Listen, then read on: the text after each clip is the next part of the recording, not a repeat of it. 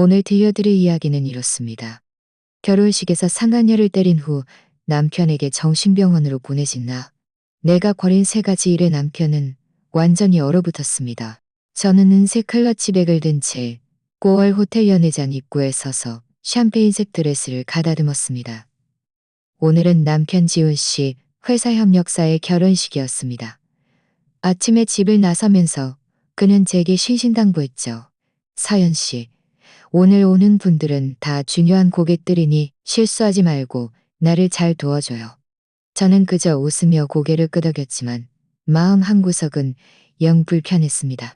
지난 4년 동안 지훈 씨는 항상 늦게 귀가했고 가끔은 낯선 향수 냄새가 묻어 있었거든요. 물어보면 그는 늘 고객들과의 접대 자리라 어쩔 수 없다고 했습니다. 저는 애써 대수롭지 않게 생각하려 했습니다. 결국 우리는 결혼 5년 차이고 대학 졸업 후 함께 고생하며 지금의 자리에 올랐으니까요.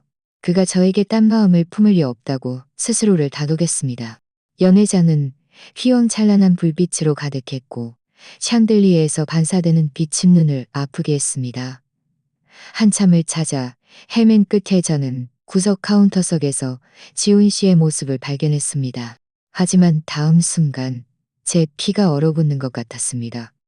그의 옆에는 빨간색 콜터넥 드레스를 입은 여자가 앉아 있었는데 긴 머리를 늘어뜨린 채 고개를 젖히고 지훈 씨를 향해 웃고 있었습니다. 그리고 지훈 씨의 손은 그 여자의 허리에 얹혀 있었고 가볍게 한 번 쥐는 듯했습니다. 가볍게 한 번 쥐는 듯했습니다. 그 여자는 대수롭지 않겠습니다. 그 여자는 제가 아는 사람이었습니다. 지훈 씨 회사에 새로 들어온 인턴 하은이었습니다. 지난번 회사 회식 때도 그년이었습니다. 저는 주먹을 꽉 쥐었고 손톱이 손바닥을 파고들어 아픔에 머리가 멍해졌습니다. 저는 성큼성큼 걸어갔고 지훈 씨가 반응하기도 전에 하은의 손목을 꽉 붙잡았습니다. 제 목소리는 섬뜩하게 떨렸습니다. 당신, 그 사람한테서 떨어져. 내 남편이야. 내 남편이야. 미쳤어. 내 남편이야. 미쳤어. 하은은 제 손을 붙잡긴 통증이 미간을 찌푸리며 지훈 씨 뒤로 숨었습니다. 지훈 이사님, 이 사람 좀 보세요. 지훈 씨의 얼굴은 순식간에 굳어졌고 내가 미쳤어? 저는 비웃으며 말했고 눈물이 순식간에 쏟아져 내렸습니다. 지훈 씨, 양심의 손을 얹고 말해봐. 당신 그 여자랑 대체 무슨 관계야? 당신이 늦게 들어오던 밤 몸에 배어있던 향수 냄새가 설마 그 여자의 것은 아니었어? 주변의 하객들이 소동을 듣고 몰려들었고 몇몇은 휴대폰을 꺼내 몰려 촬영하기 시작했습니다. 지훈 씨의 얼굴은 새빨개졌고 초조함과 분노가 뒤섞였습니다. 동료 관계가 서로 끌어안아 저는 손을 놓지 않고 하은을 노려보며 말했습니다. 하은 씨, 그렇게 젊은 나이에 왜 하필 상간녀가 되어 남의 가정을 파괴하려는 거야? 하은은 눈가가 붉어졌고 입술을 깨물며 말했습니다. 서연 씨, 정말 오해해요. 지훈 이사님과는 그냥 평범한 동료 사이일 뿐이고 방금은 그저 실수로 부딪힌 거예요. 실수로? 저는 그녀가 가련한 척하는 모습에 화가 더욱 치밀어 올랐습니다. 손을 들어 그녀의 뺨을 후려쳤습니다. 짝! 소리가 연회장 전체를 정적에 휩싸이게 했습니다. 하은은 얼굴을 감싸쥐었고 눈물이 뚝뚝 떨어졌습니다. 당신이 감히 나를 때려? 지훈 씨는 그 모습을 보고 격분하여 저를 세게 밀쳤습니다. 저는 중심을 잃고 몇 걸음 뒤로 물러나다 뒤에 있던 테이블에 와인잔들을 쳤습니다. 쨍그랑 소리와 함께 와인잔들이 바닥에 떨어져 산산조각 났습니다. 그는 하은을 감싸 안으며 저에게 소리쳤습니다. 서연 씨, 당신 정신에 문제 있는 거 아니야? 이렇게 많은 사람 앞에서 사람을 때려? 저는 테이블을 짚고 일어서서 지훈 씨가 다른 여자를 감싸 안고 저에게 소리치는 모습을 바라보았습니다. 마음이 칼로 베이는 듯 아팠습니다. 지훈 씨, 이 여자를 위해 감히 나한테 이렇게 해? 우리 5년의 감정이 당신 눈에는 그렇게 하찮은 거야? 협력사 사장이 황급히 다가와 말했습니다. 수 사모님, 말씀으로 잘 푸세요. 결혼식장에서 이러시면 안 됩니다. 하지만 지훈 씨는 듣지 않았습니다. 그는 저를 손가락으로 가리키며 제가 반박하려 하자마자 지환 저를 손가락으로 가리키며 주변 하객들에게 말했습니다. 제 아내가 요즘 정신 상태가 좋지 않아서 좀 흥분한 상태가 좋지 않아서 좀 흥분한 적 정신 상태가 뼈가 부서질 것 같은 강한 힘이었습니다. 저는 몸부림치며 소리쳤습니다. 지훈 씨, 이거 놔. 당신 거짓말쟁이야. 당신 그 여자랑 분명 뭔가 있어. 그는 제 몸부림에도 아랑곳하지 않고 저를 연회장 밖으로 강제로 끌고 나갔습니다. 하은은 제게 끌려가는 저를 바라보며 서 있었고 입꼬리가 살짝 올라가는 듯했습니다. 그 눈빛 속의 특이한 향함은 마치 바늘처럼 제 마음에 박혔습니다. 호텔 대문을 나서자 차가운 바람이 불어왔고 그제야 저는 조금 진정되었습니다. 지훈 씨의 옆모습을 바라보았습니다. 그의 얼굴은 굳게 닫혀 있었고 죄책감이라곤 찾아볼 수 없었습니다. 저는 문득 눈앞에 이 남자를 단 한 번도 제대로 알지 못했다는 생각이 들었습니다. 그는 저를 차에 밀어넣고 문을 닫은 후 자신은 운전석에 앉았습니다. 저를 보지도 않고 휴대폰을 꺼내 메시지를 보냈습니다. 그의 손가락이 화면 위를 빠르게 움직이는 것을 보니 분명 하은에게 안부를 전하는 메시지일 것이라는 생각이 들었습니다. 저는 의자에 기대어 소리 없이 눈물을 흘렸습니다. 결혼 5년 동안 저는 승진 기회까지 포기하고 집에서 그의 식사를 챙기고 그의 사업을 지지했습니다. 하지만 결국 돌아온 것은 그의 배신과 정신 이상자라는 오명이었습니다. 차가 약 30분 정도 달렸지만 우리 집 방향이 아닌 교회 쪽으로 향했습니다. 저는 가슴이 철렁 내려앉아 물었습니다. 지훈 씨, 어디로 가는 거야? 이건 집에 가는 길이 아니잖아. 지훈 씨는 드디어 저를 한번 바라보았는데 그의 눈빛은 얼음처럼 차가웠습니다. 서연 씨, 오늘 결혼식에서 내 얼굴에 먹칠을 했어. 더 이상 당신이 여기저기 미쳐 날뛰게 둘 순 없어. 안녕 정신병원에 이미 연락해 뒀으니 당분간 거기서 지내면서 치료받아. 저는 온몸이 굳어버렸고 제 귀를 믿을 수 없었습니다. 뭐라고? 당신 나를 정신병원에 보내겠다고? 지훈 씨, 미쳤어? 그는 더 이상 저에게 아무 말도 하지 않고 엑셀을 밟았고 차는 더욱 빠르게 달렸습니다. 저는 창밖으로 빠르게 스쳐 지나가는 가로등을 보며 마음속의 공포가 점점 커졌습니다. 저는 이것이 지훈 씨와 하은이 파놓은 함정 속으로 제가 빠져들고 있다는 것을 알았습니다. 안녕 정신병원 문 앞에 차가 멈췄을 때 저는 온몸의 힘이 다 빠져나가는 것 같았습니다. 이곳은 예전에 뉴스에서 본 적이 있는 곳이었습니다. 회색 우회벽, 높은 철제 울타리, 문 앞에는 제복을 입은 2명의 경비원이 서 있었는데 보는 것만으로도 마음이 불안해졌습니다. 보는 것만으로도 마음이 불안해졌습니다. 지훈 씨는 차문을 열고 제 팔을 꽉 붙잡았습니다. 재읍니다. 그의 목소리는 차갑게 얼어붙어 있었습니다. 내려. 이런 곳에 올 필요 없어. 하지만 그는 제 애원에도 아랑곳하지 않고 저를 차에서 힘껏 끌어냈습니다. 소동을 들은 경비원들이 황급히 다가와 양쪽에서 제 팔을 붙잡았습니다. 저는 몸부림치며 소리쳤습니다. 놔줘. 나 병 없어. 당신들 나를 잡을 수 없어. 주변을 지나던 몇몇 환자들이 소리를 듣고 고개를 내밀어 이쪽을 바라보았는데 그들의 눈빛은 공허하고 무감각했습니다. 그들을 바라보며 제 마음속의 공포는 조수처럼 밀려왔습니다. 제가 정말 이곳에 갇히면 저들도 저렇게 변할까. 수고 많으십니다. 제 아내가 요즘 정신적으로 불안해서 감정이 격해지면 사람을 때립니다. 잘 지켜봐 주세요. 경비원들은 고개를 끄덕이며 저를 입원실 쪽으로 이끌었습니다. 복도에는 소독약 냄새가 진동했고 코가 시큰거렸습니다. 벽에는 치료에 협조하여 조속히 쾌유하십시오라는 표어가 붙어 있었지만 제 눈에는 이것이 저를 가두는 감옥일 뿐이었습니다. 우리는 한 사무실로 들어갔습니다. 흰 가운을 입은 의사가 책상 뒤에 앉아 안경을 고쳤었습니다. 지훈 씨 맞으시죠? 서류는 다 준비해뒀으니 여기에 서명만 하시면 됩니다. 지훈 씨는 펜을 들고 망설임 없이 종이에 서명했습니다. 그리고 은행 카드를 의사에게 건넸습니다. 이건 차 딸 비용입니다. 만약 그녀가 협조하지 않으면 필요한 수단을 쓰는 것을 주저하지 마세요. 꼭 그녀를 잘 치료해야 합니다. 저는 수단이라는 두 글자를 듣자 온몸에 한기가 돌았고 지훈 씨에게 소리쳤습니다. 이 나쁜 놈. 지훈 씨, 당신 벌 받을 거야. 서연 씨, 여기서 잘 지내.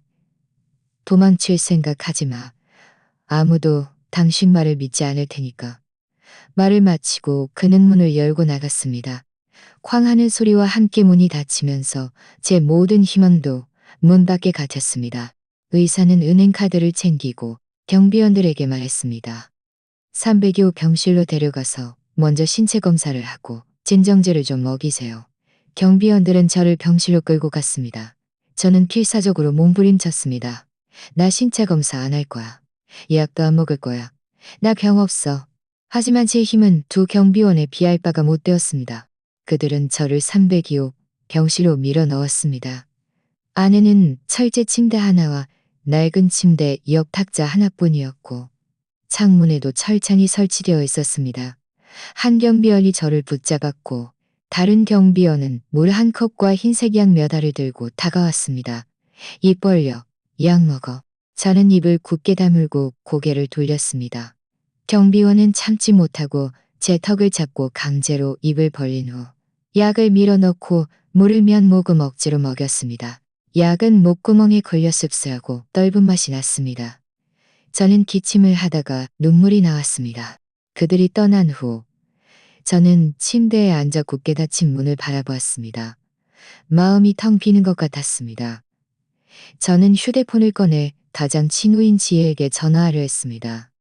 하지만 화면을 켜자마자 휴대폰에 신호가 없는 것을 발견했습니다. 분명 지훈 씨가 병원과 미리 이야기해서 이곳의 신호를 차단했을 것입니다. 저는 휴대폰을 침대에 엎드려 울기 시작했습니다. 결혼 5년 동안 이 가정을 위해 그렇게 많은 것을 희생했는데 지훈 씨는 인턴 한 명을 위해 감히 저를 정신병원에 보내고 심지어 약물로 저를 통제하려 하다니. 그는 그렇게 제가 영원히 이곳에 갇혀 있기를 바랐던 걸까요? 얼마나 울었는지 모르게 저는 지쳐 잠들었습니다. 어렴풋이 누군가 문을 두드리는 소리가 들리는 것 같아 깜짝 놀라 깨어났습니다. 지훈 씨가 양심의 가책을 느껴 저를 데리러 온 줄 알고 황급히 일어나 문을 열었습니다. 문 앞에는 간변인 한 명이 서 있었고 손에는 스테인리스 식판을 들고 있었습니다. 식판 위에는 단 그릇에 흰죽과 반찬 몇 가지가 놓여 있었습니다. 그녀는 식판을 제게 건네며 퉁명스러운 목소리로 말했습니다. 빨리 먹어. 다 먹으며 식당으로 그를 돌려주고 저는 식판을 받아들고 안에 있는 밍밍한 죽을 바라보았습니다. 저는 식당을 받아들고 안에 있는 밍밍한 죽을 바라보았습니다. 저는 지가에게 물었습니다. 저는 그녀에게 물었습니다. 간병인은 비웃으며 말했습니다. 여기에 오는 사람들은 다 자기가 병 없대. 정말 병이 없으면 남편이 왜 당신을 여기로 보냈겠어? 빨리 먹어. 협조 안 한다고 의사한테 말하기 전에 말을 마치고 그녀는 돌아서서 걸어갔습니다. 저는 그녀의 뒷모습을 보며 마음이 절반쯤 식었습니다.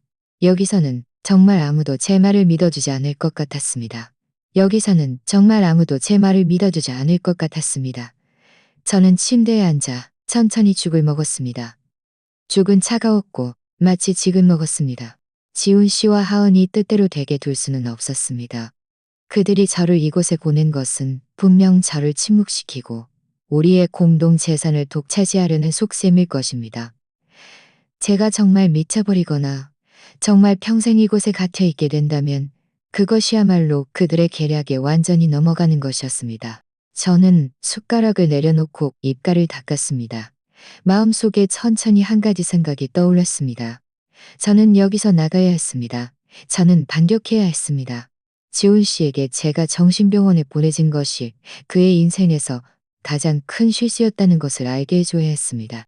저는 창가로 걸어가 철창을 바라보며 마음속으로 계획을 세우기 시작했습니다. 나가서 반격하려면 먼저 3가지 일을 해야 했습니다. 첫 번째는 지희에게 연락할 방법을 찾아 지훈 씨와 하은의 불륜 증거를 수집하게 하는 것이었습니다. 증거만 있다면 제가 억울하게 누명을 쓴 것이라는 것을 증명할 수 있고 지훈 씨의 진짜 얼굴을 폭로할 수 있을 것입니다. 여기까지 생각하니 마음이 조금 놓였습니다. 저는 주머니를 더듬다가 문득 무언가를 만졌습니다. 아침에 집을 나설 때 드레스 주머니에 몰래 넣어두었던 예비 휴대폰이었습니다. 이 휴대폰은 제가 예전에 쓰던 구형 휴대폰이라 지훈 씨는 제가 가지고 있다는 것을 몰랐습니다. 원래는 영화를 저장해둘 용도로 가지고 있었는데 지금 보니 저의 유일한 희망이 되었습니다. 저는 황급히 휴대폰을 꺼내 전원 버튼을 눌렀습니다. 다행히 배터리가 남아 있었습니다. 병원 와이파이에 연결해 보았는데 놀랍게도 연결되었습니다. 신호는 좋지 않았지만 적어도 메시지는 보낼 수 있었습니다. 저는 카카오톡을 열어 지혜와의 대화창을 찾았습니다. 흥분해서 손가락이 약간 떨렸습니다. 저는 빠르게 한 줄을 입력했습니다. 지혜야, 나 좀 살려줘. 나 지훈 씨한테 안녕 정신병원에 갇혔어. 그 사람 하은이랑 불륜이고 나를 정신병자라고 누명 씌우려고 해. 그 사람들 증거 좀 모아줘. 메시지를 보낸 후 저는 황급히 휴대폰 전원을 끄고 베개 커버 안에 숨겼습니다. 간병인에게 들킬까봐 두려웠습니다. 휴대폰을 빼앗기면 저는 정말 희망이 없어질 것입니다. 이 모든 것을 마친 후 저는 침대에 누워 천장을 바라보았습니다. 비록 지금은 아직 정신병원 안에 있었지만 저는 저의 반격이 이미 시작되었다는 것을 알았습니다. 예비 휴대폰을 숨긴 후 저는 침대에 누워 문 밖의 소리에 계속 귀를 기울였습니다. 복도에서는 간병인의 발소리가 이따금 들려왔고 다른 환자들의 기침 소리도 들렸습니다. 작은 소리 하나하나가 제 마음을 조여왔습니다. 간병인이 갑자기 들어와 검사할까봐, 휴대폰이 들킬까봐 두려웠습니다. 얼마나 기다렸는지 모르게 창밖은 서서히 어두워졌습니다. 저는 베개 커버 안에 숨겨둔 휴대폰을 꺼내 조용히 화면을 켰습니다. 카카오톡 아이콘에 빨간색 알림 표시가 있는 것을 확인했습니다. 저는 황급히 열어보았습니다. 지혜의 답장이었습니다. 그녀는 여러 개의 메시지와 함께 조급해하는 이모티콘을 여러 개 보냈습니다. 서연아, 네 말 정말요? 지훈 씨가 감히 너를 정신병원에 보냈습니다. 걱정 마. 내가 지금 당장 도와줄 방법을 찾아볼자. 걱정 마. 내가 지금 당장 도와줄 방법을 찾아볼게. 무슨 증거를 모아달라는 거야? 그 사람들 친밀한 모습. 저는 빠르게 답장했습니다. 다 필요해. 일단 우리 집 서재 책상 제일 아래 서랍에 파란색 수첩이 있어. 거기 지훈 씨 은행 계좌번호랑 자주 쓰는 비밀번호가 적혀 있어. 그걸 가지고 은행에 가서 최근 송금 내역을 조회해줘. 특히 하은한테 송금한 내역을 조회해줘. 특히 하은한테 송금한 내역을. 그리고 지훈 씨 차에 블랙박스가 있는데 거기에 그 사람이 하은이랑 나를 정신병원에 보낼 계획을 세우는 대화가 있을 거야. 어떻게든 메모리 카드를 빼내줘. 거기 근처에서 잠복해서 그 사람들이 함께 드나드는 사진 좀 찍어줘. 꼭 조심해야 해. 지훈 씨한테 들키면 안 돼. 메시지를 보낸 후 저는 휴대폰 전원을 끄고 베개 커버 가장 안쪽에 겹쳐진 주머니에 다시 넣었습니다. 이곳은 제가 특별히 꿰매어둔 작은 주머니인데 예전에는 장신구를 넣어두던 곳이었고 지금은 휴대폰을 숨기기에 딱 좋았습니다. 이 모든 것을 정리하자마자 문 밖에서 간병인의 목소리가 들려왔습니다. 302호, 약 먹을 시간이야.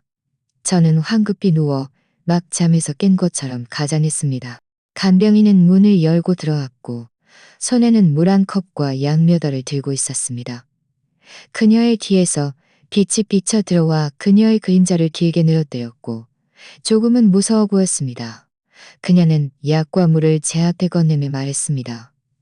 빨리 먹어. 꾸물거리지 말고. 저는 그 흰색 약 몇 알을 보며 속이 메스꺼웠습니다. 이 약을 많이 먹으면 정신이 몽롱해진다는 것을 알고 있었습니다. 정말 그렇게 되면 저는 반격할 힘조차 없어질 것입니다. 하지만 또 먹지 않을 수도 없었습니다. 그녀가 의심할까봐 두려웠습니다. 저는 약을 박아 입에 넣는 척했습니다. 간병인이 식판을 정리하기 위해 몸을 돌리는 틈을 타 저는 재빨리 약을 손바닥 안에 숨겼습니다. 그리고 물컵을 들고 물을 마시는 척하며 빈 컵을 돌려주고는 일부러 기침을 2번 했습니다. 일부러 기침을 2번 했습니다. 이 약 왜 이렇게 써요? 간병인은 돌아보지도 않고 그저 짜증스럽게 말했습니다. 안 먹으면 어떻게 빨리 나아? 저는 앞으로 매일 약을 이런 식으로 숨겨야 할 것이라는 것을 분명히 알았습니다. 그렇지 않으면 결국 이런 식으로 망가질 것입니다. 이후 며칠 동안 저는 간병인과 의사를 조심스럽게 상대했습니다. 그들은 매일 와서 저를 검사하고 제가 생각을 정리했는지, 제가 병이 있다고 생각하는지 물었습니다. 저는 그들의 말에 순종하는 척했습니다. 생각을 정리했어요. 예전에는 제가 너무 충동적이었어요. 앞으로는 치료에 잘 협조할게요. 그들은 제가 정말 제압당했다고 생각했는지 저에 대한 감시도 조금 느슨해졌습니다. 매일 오후에는 다른 환자들과 함께 1시간 동안 마당에서 바람을 쐴 수 있게 해주었습니다. 저는 이 기회를 틈타 병원 환경을 관찰했습니다. 마당에는 감시 카메라가 있었는데 남동쪽 모퉁이의 큰 나무에 설치되어 있었고 사각지대는 북쪽의 화단 뒤쪽이었습니다. 간병인들은 보통 문 앞에 서 있었고 저희를 너무 오랫동안 지켜보지 않았습니다. 이 기간 동안 저는 매일 밤 간병인이 떠난 후 몰래 휴대폰을 꺼내 지혜와 연락했습니다. 그녀는 제게 지훈 씨가 최근 하은에게 3번 돈을 송금한 것을 알아냈다고 말했습니다.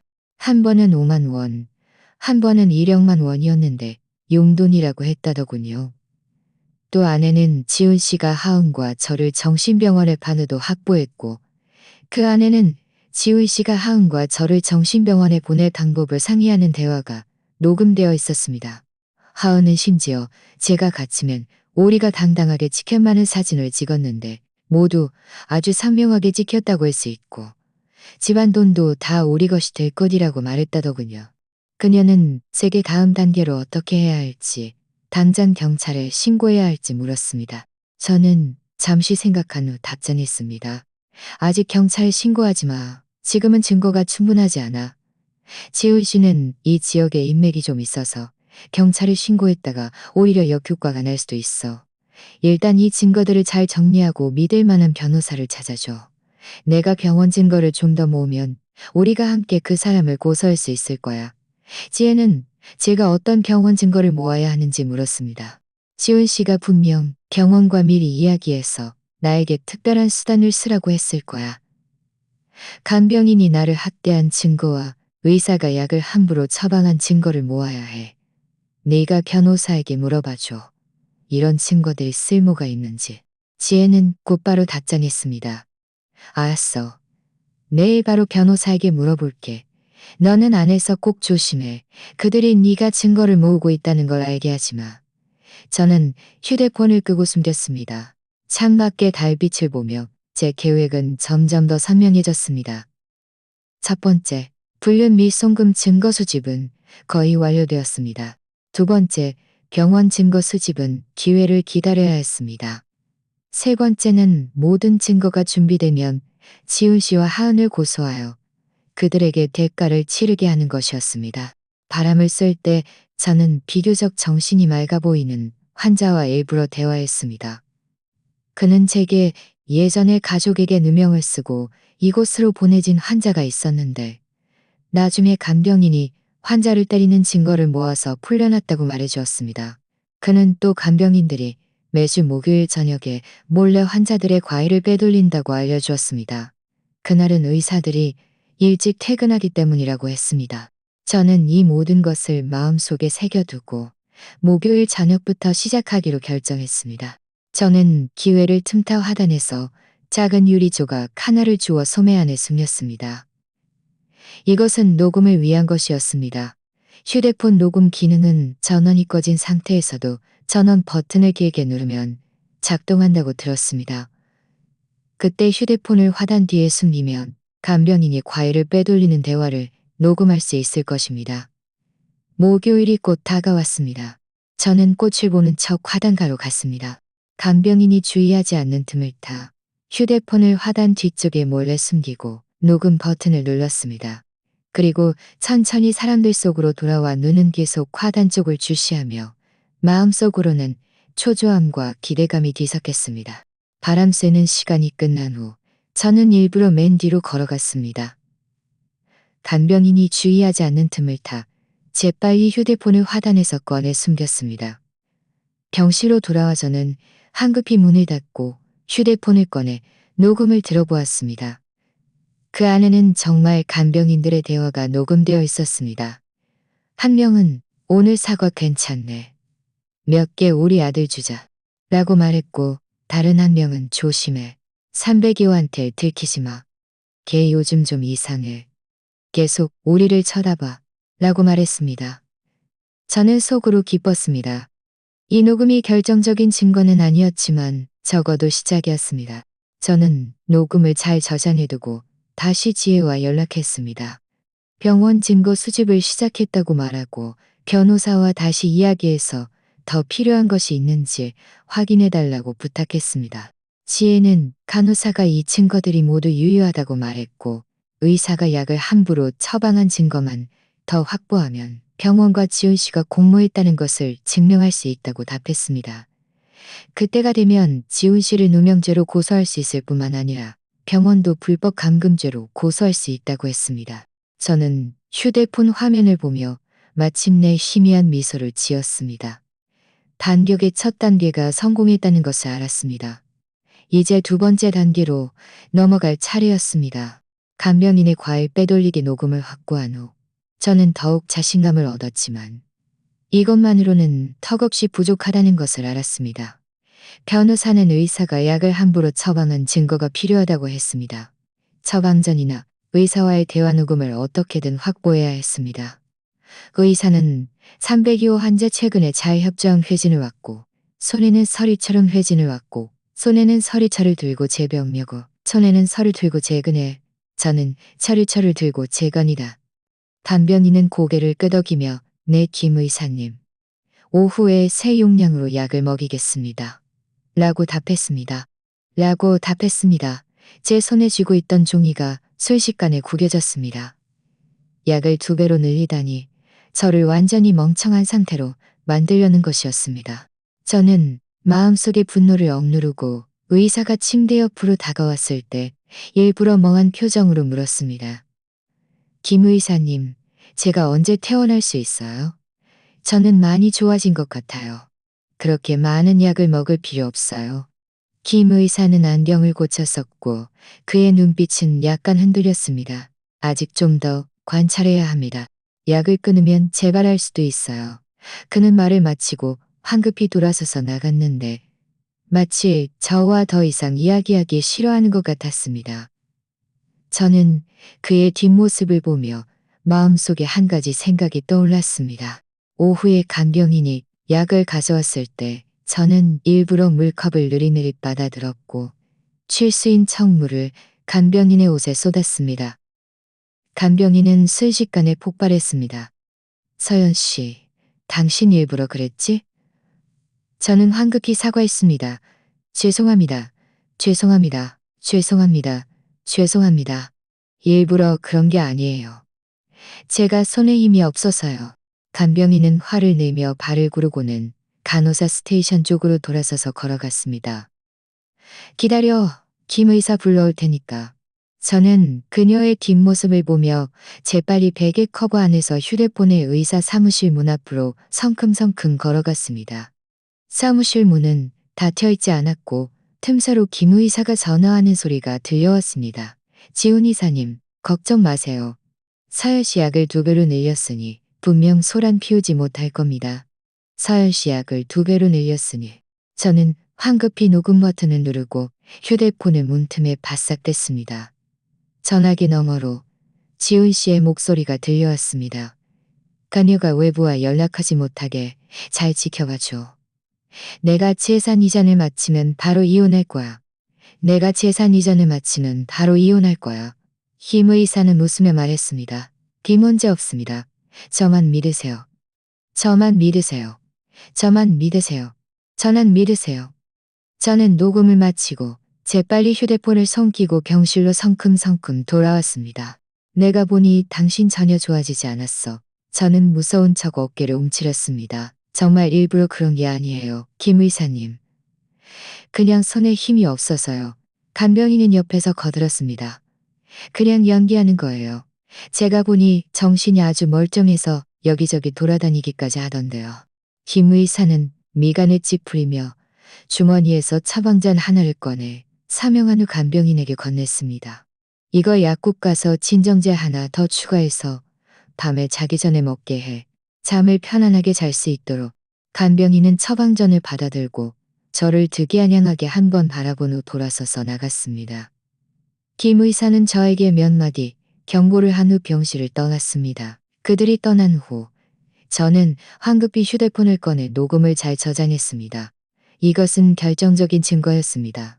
의사가 약을 함부로 처방했을 뿐만 아니라 지훈 씨가 의사와 공모하여 재산을 이전하려 했다는 것을 증명할 수 있었습니다. 저녁에 지혜와 연락했을 때 저는 녹음을 그녀에게 보냈습니다. 그녀는 곧바로 답장했습니다. 서연아, 너무 잘 됐어. 이 녹음이 있으니 의사와 지훈 씨가 공모했다는 증거가 돼. 변호사가 이제 고소를 준비할 수 있다고 했어. 하지만 지훈 씨가 재산을 이전한 구체적인 내역이 더 필요해. 내가 사람을 시켜서 그 사람 회사 계좌를 조회해봤으니 곧 결과가 나올 거야. 저는 기뻐서 말했습니다. 정말. 너무 잘 됐다. 아, 맞다. 하은 쪽은 뭔가 움직임이 있어. 지혜는 답장했습니다. 아, 어제도 그 사람 집 문 앞에서 잠복했는데 사진도 찍고 영상도 녹화했는데 영상에서 그들이 서연 씨가 좀 더 갇혀 있으면 이혼을 진행하겠다고 말하는 게 들렸어. 저는 화면의 글자를 보며 화가 나서 손이 떨렸습니다. 그들이 벌써 결혼을 논의하고 있었다니. 저는 지혜에게 답장했습니다. 이 증거들 다 잘 보관해둬. 고소할 때 함께 제출하자. 변호사한테 최대한 빨리 재판을 열어달라고 해줘. 나 더 이상 이 지긋지긋한 곳에 있고 싶지 않아. 지혜는 답장했습니다. 내일 바로 변호사에게 말할게. 너는 좀 더 참아줘. 곧 나갈 수 있을 거야. 곧 나갈 수 있을 거야.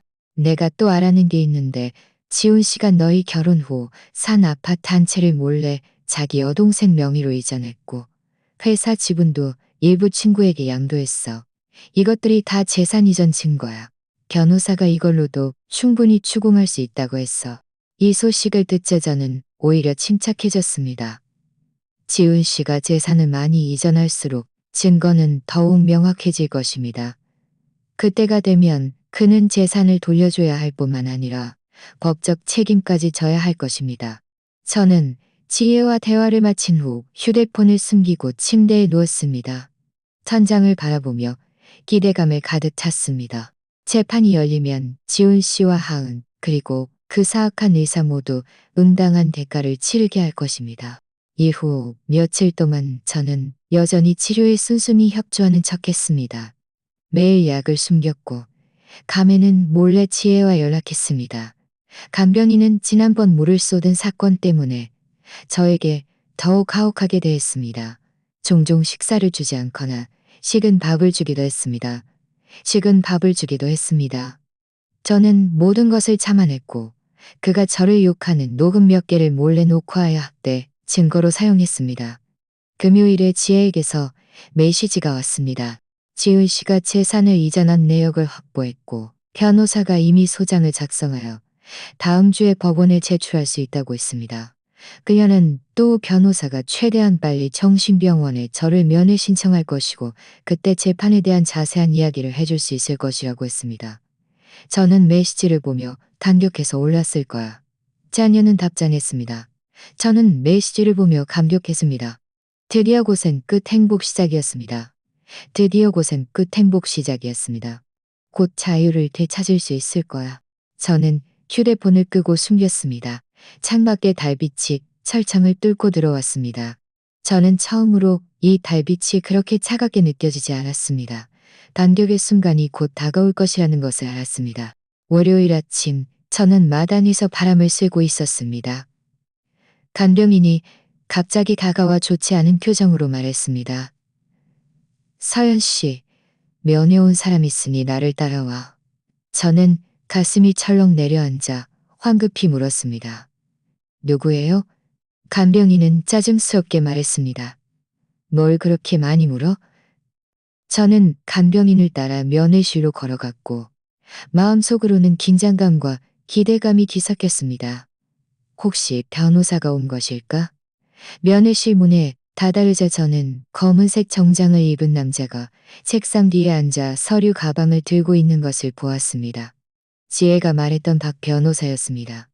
박 변호사였습니다. 박 변호사는 저를 보자 황급히 일어서서 예의 바르게 웃었습니다. 서연 씨, 저는 박 변호사입니다. 서연 씨, 저는 박 변호사입니다. 저는 박 변호사입니다. 박 변호사는 간병인을 무시하고 서류 가방에서 서류 한 뭉치를 꺼냈습니다. 서연 씨, 이것은 소장입니다. 보시고 문제 없으면 여기에 서명해 주세요. 그리고 이지혜 씨가 이전에 모아둔 녹음 파일과 사진들을 모두 정리해서 이미 법원에 제출했습니다.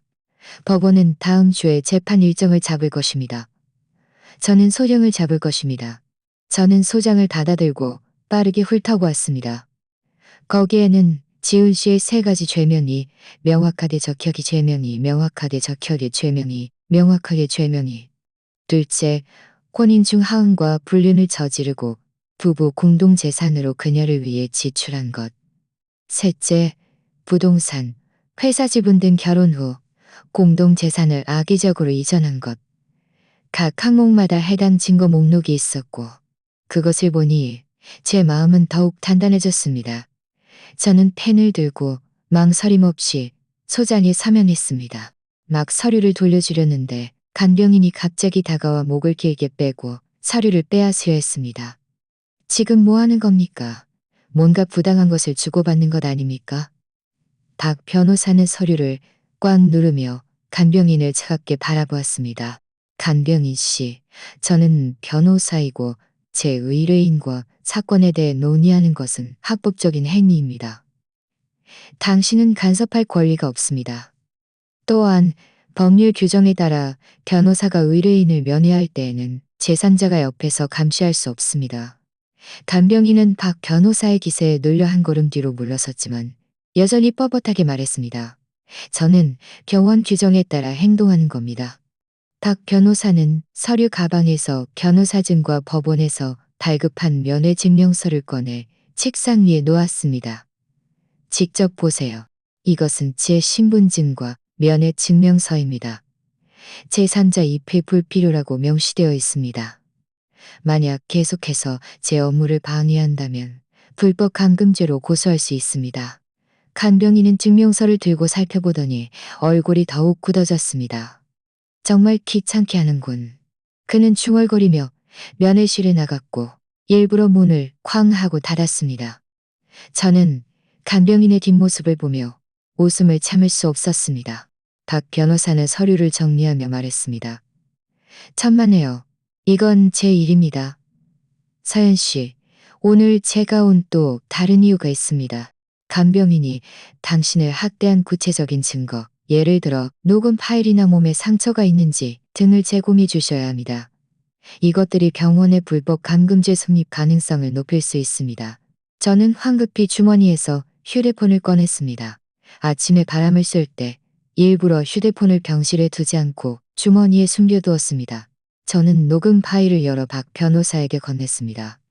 또 제 팔에는 지난주 그가 저를 밀쳐서 침대 옆 탁자에 부딪혀 생긴 멍이 있습니다. 보시겠어요? 박 변호사는 휴대폰을 받아들고 녹음을 진지하게 들은 후 고개를 끄덕였습니다. 이 증거들이 아주 유용합니다. 멍을 보여주시면 제가 사진을 몇 장 찍어서 보충 증거로 사용하겠습니다. 저는 왼쪽 소매를 걷었고 팔에는 정말 푸르스름한 멍이 있었습니다. 지난주 간병인이 제가 밥을 먹는 것을 싫어해서 저를 밀쳤을 때 침대 옆 탁자에 부딪혀 생긴 것이었습니다. 박 변호사는 휴대폰을 보내 서연 씨, 안심하세요. 이 증거들은 제가 최대한 빨리 법원에 제출하겠습니다. 법원에서 이미 정신병원에 연락하여 당신에 대한 치료를 일시 중단하고 당신의 이신 자유를 제한하지 말라고 요구했습니다. 재판 후에 추가 조치가 있을 것입니다. 저는 마음이 놓여 눈물이 찔끔 나왔습니다. 정말요? 그럼 저 더 이상 그 약들을 안 먹어도 되는 건가요? 네. 박 변호사는 고개를 끄덕였습니다. 제가 김 의사와 이미 이야기했습니다. 그는 이제 당신에게 함부로 약을 처방하지 못할 겁니다. 또 제가 알아본 바로는 이 정신병원은 이전에 환자를 불법 감금한 사례가 있었습니다.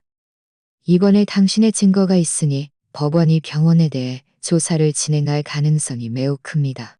저는 휴대폰을 꽉 쥐었고 마음속에는 감사함이 가득했습니다. 박 변호사님, 정말 감사합니다. 그리고 지혜야, 너희가 없었다면 난 정말 어떻게 해야 할지 몰랐을 거야. 박 변호사는 웃으며 말했습니다. 참만해요. 우리는 그저 할 일을 했을 뿐입니다. 서연 씨, 재판 날짜는 다음 주 금요일로 정해졌습니다. 그때 법원에서 사람을 보내 당신을 법정으로 데려갈 것입니다. 두려워하지 말고 사실대로 진술만 하면 됩니다.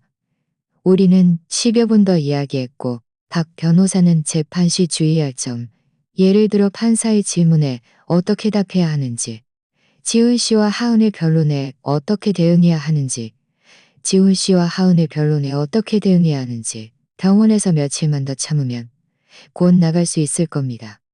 저는 박 변호사를 면회실 문까지 배웅했고 마침 김 의사와 마주쳤습니다. 김 의사는 박 변호사를 보자마자 얼굴이 굳어졌고 황급히 고개를 숙여 못 본 척하며 빠르게 지나갔습니다. 저는 그의 뒷모습을 보며 비웃었습니다. 이제야 두려움을 아는군. 진작에 뭘 했었는지. 병실로 돌아오며 아는군. 저는 휴대폰을 주가해졌는지. 병실로 돌아온 후 저는 휴대폰을 다시 베개 커버 안에 숨기고 침대에 누웠습니다. 기분이 너무 좋았습니다. 저는 마음속으로 박 변호사와 법원의 위압감이 효과를 발휘하고 있다는 것을 알았습니다. 저녁에 지혜와 연락했을 때 박 변호사가 면회온 이야기를 그녀에게 전했습니다. 그녀는 매우 기뻐했습니다. 너무 잘 됐어. 서연아, 이제 재판만 기다리면 돼. 내가 이미 네 부모님께 상황을 말씀드렸어. 두 분 모두 걱정 많이 하시면서 재판 날 꼭 오셔서 너를 응원하겠다고 하셨어. 저는 코끝이 시큰해졌습니다. 그분들이 걱정하십니다. 저는 부모님께 연락할 엄두도 내지 못했습니다. 고마워. 부모님께 걱정하지 마시라고 전해줘. 나 곧 나갈 수 있을 거야. 지혜는 답장했습니다. 걱정 마. 내가 말씀드릴게. 아, 맞다. 하은이 임신했대. 요즘 계속 지훈 씨한테 이혼을 재촉하고 있대. 지훈 씨가 좀 초조해하는 것 같아. 어제도 친구 명의로 돈을 좀 더 이전했어. 저는 미간을 찌푸렸습니다. 하은이 임신했다니 이건 예상 밖의 일이었지만 한편으로는 지훈 씨의 혼인중 불륜에 대한 강력한 증거가 될 수 있을 것이라고 생각했습니다. 결국 아이까지 생겼으니 그가 발뺌할 수 없을 것입니다. 저는 지혜에게 답장했습니다. 알았어. 이 상황을 박 변호사에게 알려서 법정에서 언급해달라고 해줘. 지훈 씨의 과실 정도를 높이는 데 도움이 될 거야. 지혜는 답장했습니다. 좋아. 내일 바로 박 변호사에게 말할게. 너는 일찍 쉬고 정신력 길러서 재판 준비 잘해. 저는 휴대폰을 끄고 숨겼습니다. 창밖에 달빛이 유난히 밝았습니다. 저는 침대에 누워 재판날의 장면을 상상했습니다. 법정에서 지훈 씨와 하은이 당황하고 허둥대는 모습, 판사가 제가 승소했다고 선언하는 모습, 그리고 제가 법정을 나와 부모님과 지혜와 재회하는 모습, 승리가 이미 멀지 않았다는 것을 알았습니다. 재판까지 3일이 남았습니다. 정신병원의 간병인들은 저에게 점점 더 친절하게 대했습니다. 매일 반찬을 추가해 줄 뿐만 아니라 마당에서 더 오래 있을 수 있다고 자발적으로 말해주기까지 했습니다. 김 의사는 저를 피해서 다녔고 복도에서 마주칠 때마다 고개를 숙이고 빠르게 지나갔습니다. 저와 눈을 마주칠 용기조차 없었습니다. 그날 오후 저는 마당에서 햇볕을 쬐고 있었습니다. 그는 곧장 저에게 다가왔고 표정은 약간 불편해 보였습니다. 서연 씨, 지훈 이사님이 밖에서 기다리고 계십니다. 몇 마디 나누고 싶어 하십니다. 저는 속으로 비웃었지만 겉으로는 아무렇지 않은 척했습니다. 그가 감히 나를 만나겠다고? 그에게 직접 들어오라고 해. 운전기사는 황급히 말했습니다. 이사님께서 들어오시기 불편하다고 하셨습니다. 서연 씨가 원하시면 제가 함께 나가서 10분 정도만 이야기하고 오시면 됩니다. 저는 잠시 생각했습니다. 지훈 씨가 무슨 꿍꿍이를 부리는지 직접 볼 좋은 기회라고 생각했고 고개를 끄덕였습니다. 좋아, 가자. 운전기사를 따라 정신병원 대문을 나서자 길 건너편에 지훈 씨의 차가 서 있었습니다. 제가 차문을 열고 타자 낯선 향수 냄새가 확 풍겨왔습니다. 하은이 자주 쓰던 향수였습니다. 지훈 씨는 운전석에 앉아 있었고 머리는 헝클어져 있었고 눈 밑에는 다크서클이 있었습니다. 많이 처취해 보였습니다. 그는 저를 보지 않고 그저 핸들을 응시했습니다. 서연 씨, 더 이상 소란 피우지 말고 고소 취하했습니다. 네가 고소만 취하하면 내가 여기서 너를 데리고 나갈게. 그리고 돈도 좀 줄게. 우리 좋게 헤어지자. 저는 참지 못하고 웃음이 터져 나왔습니다. 지훈 씨, 내가 바보인 줄 알아? 당신은 나를 정신병원에 보내 평생 여기 갇혀 있게 하려 했고 우리 공동 재산까지 이전했어. 이제 와서 좋게 헤어지자고? 너무 늦었어. 지훈 씨는 갑자기 고개를 들었고 그의 눈빛은 분노로 가득했습니다. 서연 씨, 너무 건방지게 굴지 마. 네가 기어이 재판을 열겠다면 내가 네 부모님도 편하게 못 살게 해줄 거야. 저는 가슴이 철렁했지만 이내 침착해졌습니다. 그가 저를 위협하는 것은 그가 이미 당황했다는 뜻이었습니다. 저는 휴대폰을 꺼내 녹음 버튼을 눌렀습니다. 지훈 씨, 감히 우리 부모님을 위협해? 이 녹음을 지금 당장 경켜버릴까? 지훈 씨는 제 손에 들린 휴대폰을 보자마자 얼굴이 새하얗게 질렸고 황급히 손을 뻗어 빼앗으려 했습니다. 그 휴대폰 내놔. 서연 씨, 너무 지나치지 마. 저는 뒤로 피하며 휴대폰을 주머니에 넣었습니다. 내가 지나쳐? 당신에 비하면 내 이 정도 수단은 아무것도 아니야. 당신은 하은과 공모해서 나를 정신병원에 보내고 심지어 그 여자가 당신 아이를 임신하게 만들었잖아. 왜 당신 스스로는 지나치다고 말하지 않아? 하은을 언급하자 지훈 씨의 기세는 순식간에 약해졌습니다. 나와 하은은 진심으로 사랑하는 사이야. 당신은 우리를 축복해 줄 수 없어? 우리를 축복해줘?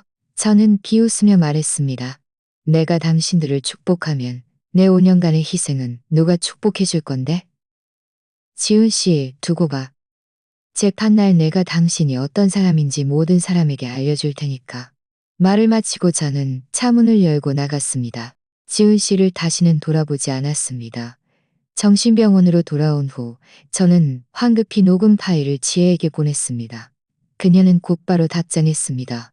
지훈 씨가 감히 너를 위협하다니. 내가 지금 당장 이 녹음을 박 변호사에게 넘겨서 재판에서 함께 제출하고 협박죄로 고소하게 할 거야. 이후 이틀 동안 지혜는 저에게 좋은 소식을 많이 가져다 주었습니다. 그녀는 하은이 임신한 후 지훈 씨에게 결혼을 재촉하기 시작했고 심지어 지훈 씨 회사에 가서 소란을 피워 지훈 씨 사장님까지 이 사실을 알게 되었다고 했습니다. 사장님은 이미 지훈 씨와 이야기했고 회사 명성에 영향을 미치면 해고하겠다고 말했다더군요. 더 통쾌한 소식은 지혜가 하은의 이전 동료를 찾아냈는데 그 동료는 하은이 지훈 씨에게 아내가 있다는 것을 오래전부터 알고 있었고 일부러 그에게 접근하여 지훈 씨 집에 시집가서 사모님이 되려 했다고 증언해줄 용의가 있다고 했습니다. 재판 전날 박 변호사가 다시 저를 면회왔고 최종 증거 목록을 가져왔습니다. 서연 씨, 모든 증거가 준비되었습니다.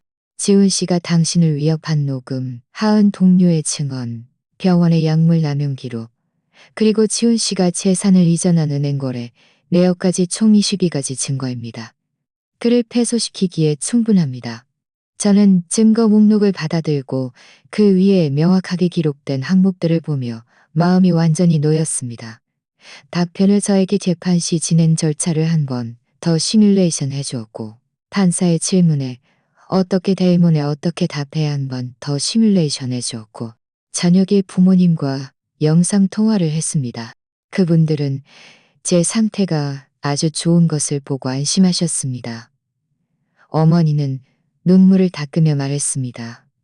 서연아, 내일 재판에 꼭 가서 너를 응원할게. 두려워하지 마. 변호사님이 있으니 우리 분명 이길 거야. 저는 웃으며 말했습니다. 엄마, 저 두렵지 않아요. 지금은 특별히 자신감이 넘쳐요. 소송에서 이기면 집에 가서 엄마 아빠랑 함께 있을게요. 영상 통화를 끊고 저는 침대에 누워 휴대폰에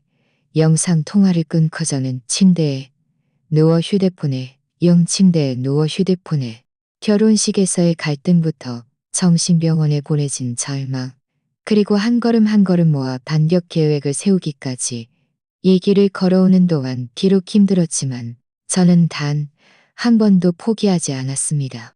다음 날 아침 법원 차량이 저를 데리러 왔습니다. 간병인이 제 짐을 챙겨주면서 조용히 말했습니다. 서연 씨, 죄송합니다. 그동안 제가 당신에게 잘 못했습니다. 마음에 담아두지 마세요. 저는 그를 보며 웃었고, 괜찮아요. 다 지난 일입니다. 라고 말했습니다. 차에 앉아 창밖으로 빠르게 스쳐 지나가는 풍경을 보며 저는 깊이 숨을 들이쉬었습니다. 오늘은 저 자신을 위한 정의를 되찾는 날일 뿐만 아니라 지훈 씨와 하은에게 대가를 치르게 하는 날이라는 것을 알았습니다. 덕원 문 앞에 도착하자 지혜와 부모님이 이미 기다리고 있었습니다. 어머니는 저를 보자 황급히 달려와 저를 안아주셨습니다. 서연아, 내 딸 고생 많았지. 저는 어머니의 등을 토닥이며 눈물을 흘렸습니다. 엄마, 괜찮아요. 저 돌아왔어요. 박 변호사가 다가와 제 어깨를 두드렸습니다. 서연 씨, 긴장하지 마세요. 우리 들어갑시다. 저는 눈물을 닦고 고개를 끄덕이며 그들을 따라 법원으로 들어갔습니다. 법정에 들어서는 순간 저는 피고석에 앉아있는 지훈 씨와 하은을 보았습니다. 지훈 씨는 고개를 숙이고 얼굴이 창백했고 하은은 넉넉한 치마를 입고 배를 감싸진 채 눈빛은 당황함으로 가득했습니다. 저는 원고석에 앉아 판사가 들어오는 것을 보며 마음속으로 되뇌었습니다. 서연아 힘내. 판사가 법봉을 두드렸고 목소리는 낭낭했습니다. 지금부터 개정합니다. 원고 서연 씨가 피고 지훈 씨를 상대로 한 누명, 불법 감금, 혼인 중 불륜 및 공동, 재산 악의적 이전 소송을 지금부터 증거 제출 및 지원을 시작하겠습니다.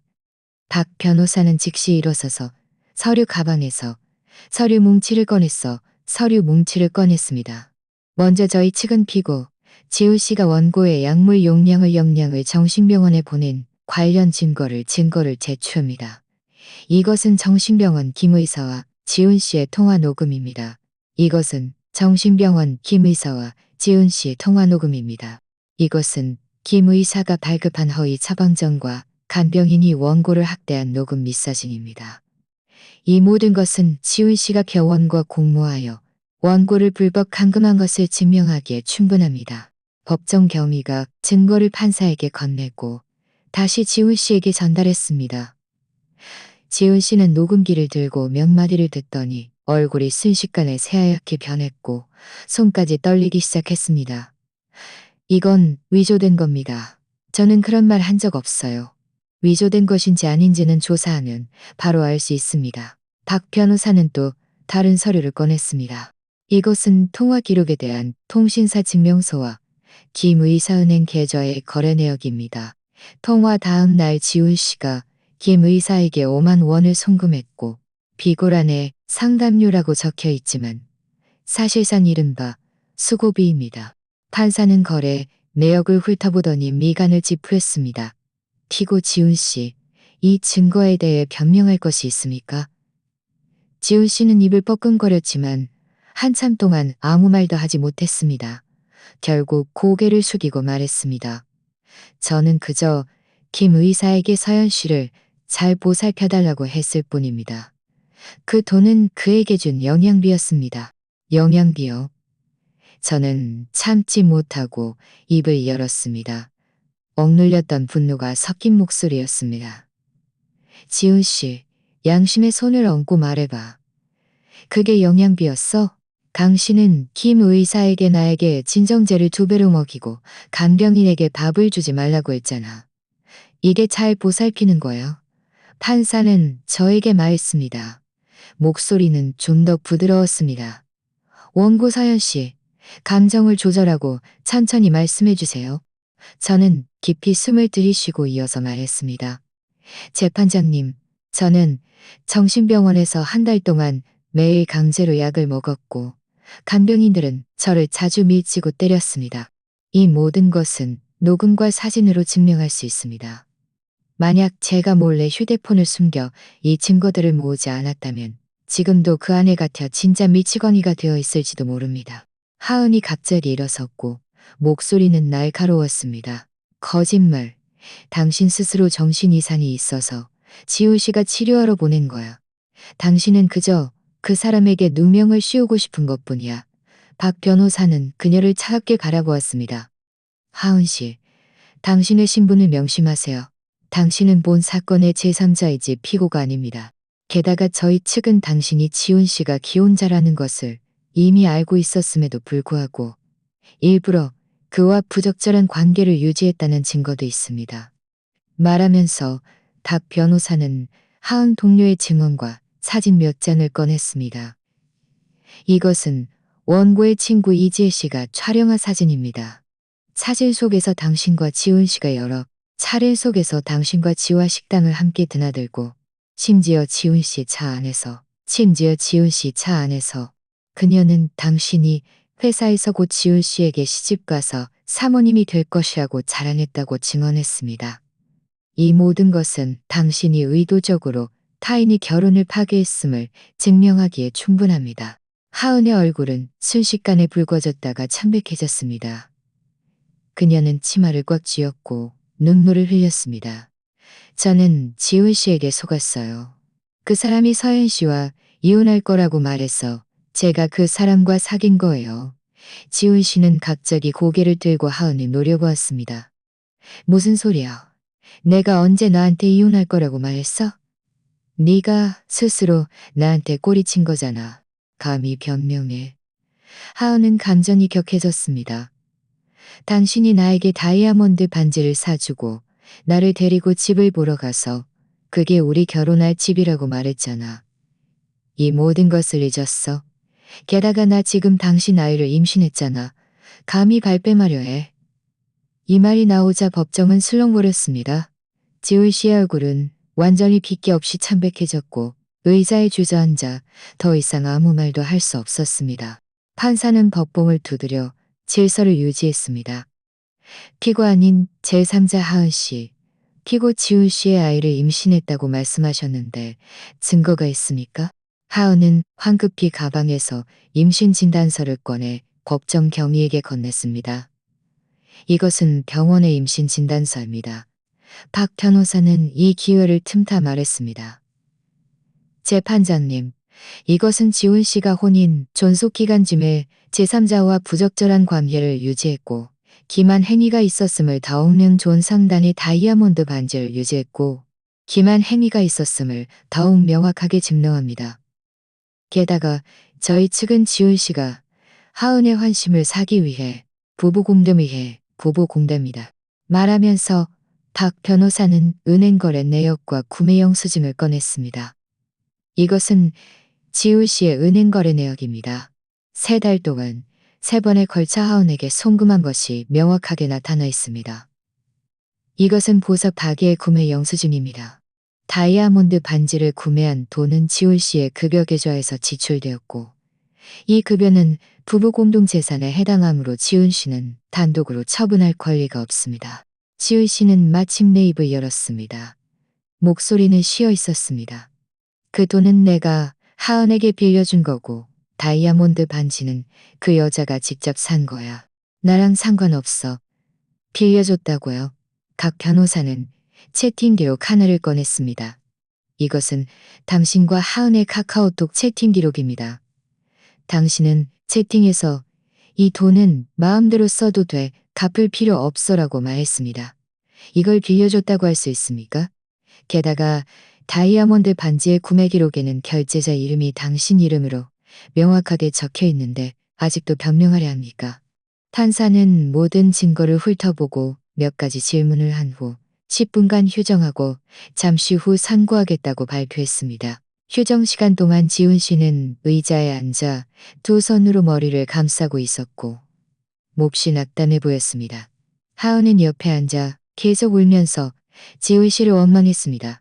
저는 부모님 옆으로 다가갔고 어머니는 제 손을 꽉 잡으며 눈가가 붉어진 채 말했습니다. 저연아, 너무 잘 됐습니다. 저연아, 너무 잘 됐어. 분명 어쩔 도리가 없을 거야. 10분 후 재판이 재개되었습니다. 판사는 법봉을 두드리고 판결문을 낭독하기 시작했습니다. 본법원은 심의결과 피고 지훈 씨가 혼인 존속 기간 중에 제3자 하은 씨와 부적절한 관계를 유지했고 원고 서연 씨의 동의 없이 부부 공동 재산을 무단으로 하은 씨에게 증여한 사실도 확인했으며 병원과 공모하여 정신이었습니다. 그 금액은 상당한 액수입니다. 또 피고 지훈 씨가 원고의 정신이다. 또 피고 지훈 씨가 원고의 정신 이상 사실을 날조하여 그의 행위는 누명, 불법 감금, 공동재산 악의적 이전에 해당합니다. 이 대목을 듣자 저는 참지 못하고 눈물을 흘렸습니다. 이것은 슬픔의 눈물이 아니라 해방의 눈물이었습니다. 정의가 마침내 찾아왔다는 눈물이었습니다. 판사는 이어서 말했습니다. 다음과 같이 판결합니다. 첫째, 원고 서연 씨와 피고 지훈 씨는 이혼한다. 셋째, 피고 지훈 씨는 원고 서연 씨에게 정신적 피해 배상금 2억만 원을 지급한다. 넷째, 제3자 하은 씨는 본 판결 효력 발생 후 10일 이내에 피고 지훈 씨에게 증여받은 재산 총 7천만 원을 반환한다. 다섯째, 피고 지훈 씨와 정신병원 김 의사는 불법 감금건에 대해 별도로 처리한다. 판결 낭독이 끝나자 지훈 씨는 갑자기 일어서서 쉬어버린 목소리로 말했습니다. 불복합니다. 항소하겠습니다. 박 변호사는 비웃으며 말했습니다. 지훈 씨, 항소해도 소용없습니다. 저희 측 증거가 확실하기 때문에 최종 법원의 항소에도 결과는 같습니다. 게다가 당신이 제때 판결을 이행하지 않으면 법원이 강제 집행할 것이고 그때는 돈을 갚아야 할 뿐만 아니라 신용 불량자 명단에 올라 앞으로 고속철도나 비행기조차 이용할 수 없게 될 것입니다. 지훈 씨는 의자에 주저앉았고 그의 눈빛은 공허했습니다. 하은은 그를 바라보고 손에 들린 임신 진단서를 보며 더욱 설에 들린 임신 진단서를 보며 그녀는 원하는 결혼과 부를 얻지 못했고 남의 가정을 파괴한 제3자가 되었으며 뱃속의 아이는 서류상 인정받지 못하는 혼외자가 되었습니다. 저는 그들의 초라한 모습을 보며 일말의 동정도 느끼지 못했습니다. 그저 큰 복수를 이룬 통쾌함만 있었습니다. 박 변호사가 제 옆으로 다가와 웃으며 말했습니다. 서연 씨, 승소 축하드립니다. 저는 몸을 돌려 부모님과 지혜를 안았고 다시 눈물이 흘러내렸습니다. 고맙습니다. 저와 함께 해주셔서, 저의 정의를 되찾아 주셔서. 법정을 나설 때 햇볕이 따뜻하게 내리쬐었습니다. 저는 하늘을 올려다보며 깊이 숨을 들이쉬었습니다. 그 어둡던 날들은 드디어 지나갔습니다. 저는 마침내 지훈 씨에게서 벗어나 그 고통스러운 기억들에서 벗어나 새로운 삶을 시작할 수 있게 되었습니다. 법원 대문을 나서자 햇살이 몸에 쏟아졌고 저는 처음으로 이 모든 것이 따뜻하게 느껴졌습니다. 저는 처음으로 이 모든 것이 따뜻하게 느껴졌습니다. 지혜가 제 팔짱을 끼고 흥분해서 말했습니다. 서연아, 우리 오늘 저녁에 맛있는 거 먹고 축하하자. 박 변호사님, 또 무슨 일이 있으신가요? 박 변호사의 목소리에는 웃음기가 섞여 있었습니다. 서연 씨, 방금 법원 직원에게 좋은 소식을 들었습니다. 지훈 씨가 항소를 포기했다고 합니다. 그는 항소해도 소용없고 돈만 더 들 것이라는 것을 알았을 겁니다. 또 정신병을 살게 될지도 모릅니다. 또 제 것이라는 것을 알았을 겁니다. 또 정신병원을 배상금으로 지급하겠다고 합니다. 김원에서도 당신에게, 김이 저에게 오릅니다. 기입니다. 경직 처분을 받았고, 경직 처분을 받았고. 저는 마음이 놓여 웃으며 말했습니다. 너무 잘 됐네요. 박 변호사님. 그동안 도와주셔서 감사합니다. 천만에요. 이건 제 일입니다. 박 변호사는 이어서 말했습니다. 나중에 재산 반환에 대한 일은 제가 계속 처리해 드릴 테니 안심하세요. 전화를 끊고 저는 부모님과 지혜와 함께 근처 식당으로 가서 식사를 했습니다. 식사 중 어머니는 여전히 말씀하셨습니다. 예전에는 지훈 씨가 믿음직한 사람인 줄 알았는데 이렇게 잔인한 사람일 줄은 몰랐어. 다행히 네가 제때 정신 차려서 더 깊이 빠지지 않았지. 저는 반찬을 한 숟가락 더 먹으며 웃으며 말했습니다. 엄마, 다 지난 일이에요. 앞으로는 제가 잘 살아서 엄마 아빠 걱정 안 시킬게요. 이후의 날들은 모든 것이 좋은 방향으로 흘러갔습니다. 지훈 씨는 내키지 않았지만 법원의 독촉 아래 이전했던 재산을 하나하나 반환했습니다. 먼저 여동생 명의로 이전했던 아파트를 제 명의로 돌려놓았고 양도했던 회사 지분도 되찾아왔습니다. 마지막으로는 2억만 원의 정신적 피해 배상금까지 모아 제 은행 계좌로 입금했습니다. 하은 쪽은 그렇게 순조롭지 못했습니다. 그녀는 7~3만 원을 반환할 돈이 전혀 없었고 결국 다이아몬드 반지를 팔고 집에서 많은 돈을 빌려서야 겨우 그 금액을 마련했다고 합니다. 다이아몬드 반지를 갈 때 한참을 울었다고 들었지만 후회에도 이미 늦었습니다. 지훈 씨는 이혼 후 그녀와 다시는 연락하지 않았고 심지어 뱃속의 아이도 외면했습니다. 나중에 저는 지혜에게서 하은이 이 일 때문에 집안 사람들에게 크게 혼나서 시골 번나서 시골돼서 하은이 이 일 때문에 집안 사람들에게 크게 혼나서 정신병원의 배상금도 곧 계좌로 들어왔습니다. 저는 그 돈으로 부모님께 여행 패키지를 예약해드렸고 그분들이 밖에서 즐거운 시간을 보내게 해드렸습니다. 부모님이 보내오신 여행 사진을 보며 제 마음은 특별히 편안했습니다.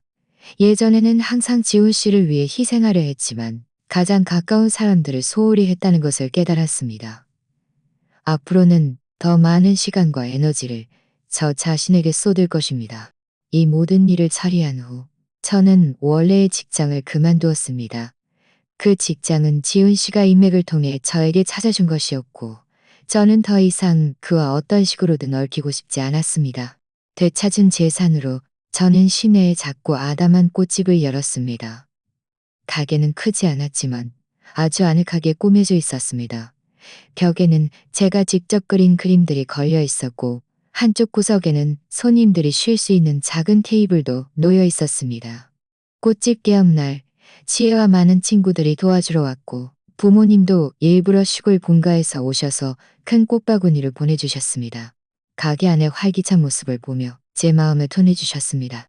이것은 온전히 저만의 사업이었고 누구의 눈치도 볼 필요 없었고 더 이상 어떤 억울함도 겪을 필요가 없었습니다.